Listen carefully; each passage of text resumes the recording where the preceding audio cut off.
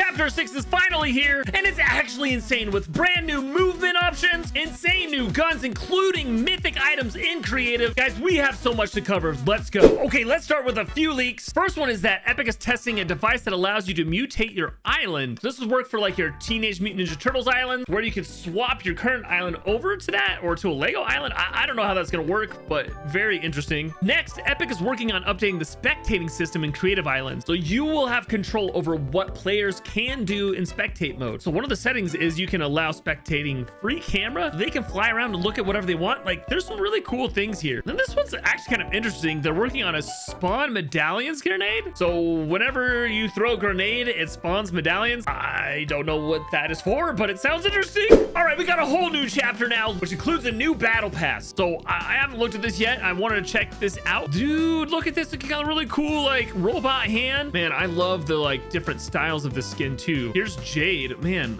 these skins are actually really high level. Here's her different, oh, this is cool with her like samurai Oni mask on. Kendo here is looking so cool. Oh, look, I love the like details. As we've been doing more modeling in Jogo for our different maps, like I've been paying attention to a lot of skins now because there's so much effort that goes into these. Like this looks like Zero in our pit map, but she's blue instead of green. She is so cool though, man. She looks so good. Whoa, this guy is wild. Oh my gosh. And then we have Baymax. I can't believe we freaking have Baymax. Baymax is so cool. He's huge though. And then here's his samurai version. I feel like this is such a disadvantage to wear the skin though. The Night Rose, man, she is cool. And then here's her top level skin. Oh man, guys, I gotta get this battle pass. But before I do, please use supporting the creator code Mustard Plays. It makes such a difference for me when you guys use my code, so thank you in advance. But I got the battle pass now and I'm ready to go. Okay, before we move on, a huge shout out to the Lego group for sponsoring this video. And if you haven't heard, there's a really cool reason they're sponsoring. You see, recently the Lego group put out a bunch of really cool holiday assets in Lego Creative, and my company Jogo is actually making a map. I'm gonna show you some quick teasers. All right, here's one teaser, here's teaser 2, and here's teaser 3. All right, and here's actually teaser 4. There we go. There's a candy cane in a frozen area. Now you see, Lego is looking for the next amazing Lego island builders and are asking for creators like you to create islands using these new holiday Lego assets. Now, after you've done your island, you submit them. There's a link to the submission form in the description below. And if your island is selected, 3 cool things are gonna happen. 1, you're gonna be featured on a Typical Gamer live stream on December 17th. And then of those islands, I'm going to feature a bunch of them on my own channel in a separate video. And then on top of all of that, you'll be featured on the Lego creator page, where lots of players will be driven to your island. Now, the deadline for submissions is December 10th. So you've got to get it in by then. So don't forget to go to the link in my description below and submit your islands there. Okay, now let's get into the creative updates, and there's a lot to go over. I'm really excited to talk to you about the new movement, which I'm gonna do in just a second. Before that, we have a ton of new Chapter 6 guns. This is the Fury Assault Rifle. I actually love the animations on these guns, and they feel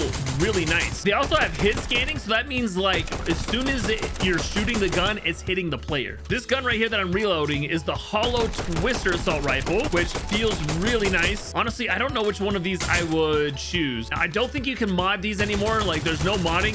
This feels really good. I'll probably use this one the most. And then this shotgun here is kind of interesting. It's called the Twin Fire Auto Shotgun, and it just doesn't shoot very fast. So I don't know if I would use this very much. Kind of like the Frenzy Auto Shotgun, but just slower. This is the shotgun I might use. This is called the Sentinel Pump Shotgun. So it's got 4 in the chamber, but it still shoots pretty slow, and it takes a little bit to reload. But this to me seems like this is probably the one I'm going to use. But this Oni shotgun looks really cool. This could be really interesting. You get 2 shots really fast, and then you have to reload, but you have to be pretty accurate. Like, it doesn't have much spread, so this could be really interesting. Now, these are the 2 SMGs, and they're actually really cool. So I'm excited to show you. This one is probably the coolest gun. So watch this. It starts slow, and then it speeds up the fire rate as you go. And then the reload looks just so cool. I mean, look at the animations on the gun. They are so awesome. Now, this gun seems actually kind of OP. It shoots so fast, and it is so accurate. There's almost no recoil on it at all. It's silenced, and I mean, I just don't know the damage it does, but it feels really nice to use. So those are the new guns, but what's really cool is the blade and the Oni masks. So we got the Typhoon blade here and the Shogun's Fire Oni mask. There's another Oni mask mask, if you go to your items, you're gonna see the void Oni mask. So let's try these out real quick. These are so cool. Okay, I'm gonna start with the sword. The sword feels so nice. I'm just holding down fire and it just goes off. And then there's a secondary fire, which feels very similar to the kinetic blade, but it doesn't go as far. There is a cooldown period in between each one, so it's not as like quick fire as the kinetic blade, but it actually feels so nice. It's so cool. Now there's also a double jump. When you're sprinting and you jump, you do like a double jump in the air, and it's really cool. So this is gonna help a lot with movement, where you're able to do a lot of cool things. All right, now let's test out the mask. This is the fire one, so when you shoot, it is a heat-seeking fire missile. So that one's really cool. There's not much more to it, but this is one of the coolest things I've ever seen in Fortnite. So watch this. I'm gonna throw this thing up there, and it's gonna land, and then when I right-click, it warps me up to where it landed. That is so awesome. See, watch, I can throw it like super far out there. I'm gonna shoot that out. And there it lands, and then I'm gonna warp out to it. Boom. Look how far away I am. I just traveled so far so fast. Great for movement, but also great for battles. This stuff is so cool. Now, if you want to play these guns right now, you can go play it in Super Red vs. Blue. Just be sure to search Super in the search bar, and it's the first map on that list. Guys, what I'm most excited about is the new movement, and I'm gonna show it right here. There's 4 new movement things. Now, I've built this little course to show you what they are, so let me show you first. It's the boosted jump. So how this works is you can sprint to the edge and you can jump extra far. It's super cool. It's really easy to use. You just have to jump at the edge of something and you'll get that extra far boost. So like even up here at the top, normally this would be a really hard jump to make, the diagonal jump across that. But when I'm sprinting and then jump, I can easily make that jump really fun. So, or I can like jump almost 2 squares and mantle. This just like is opening up a lot of stuff for parkour. All of this is really exciting for parkour stuff. So along with this, you can vault off and then you can do a roll. Now, the roll is actually really cool because you can do it pretty much anywhere where you have some height. Like it doesn't work right here on the ground for me, but if I had even extra speed a little bit and a little bit of extra height, then I can do a roll. It's really fun. So imagine if I'm running across here, do that jump, and then I roll across and I can keep my speed going. It just feels so nice. Okay, this next one is like mind-blowing to me. We actually have a wall kick where you can jump off of the wall. Did you see that? I can just jump right off. Now I've been testing this a little bit. You can actually do 3 right after each other. 1, 2, and then 3 is the last one you can do. Now just imagine some of the jumps you can do with this. Here, let me show you. So we have a big Neo here we could do like that, but another way I could do that is jump and then wall jump off that over here, or I can jump over here, wall jump, and get to this whole other area that was 2 spaces away. That would have been impossible to do before. Or if I'm really brave, I can sprint off here and then jump up, and I make it. That is so cool. Okay, the 4th one is the wall scramble. So this is similar to mantling, where you run at a wall and then you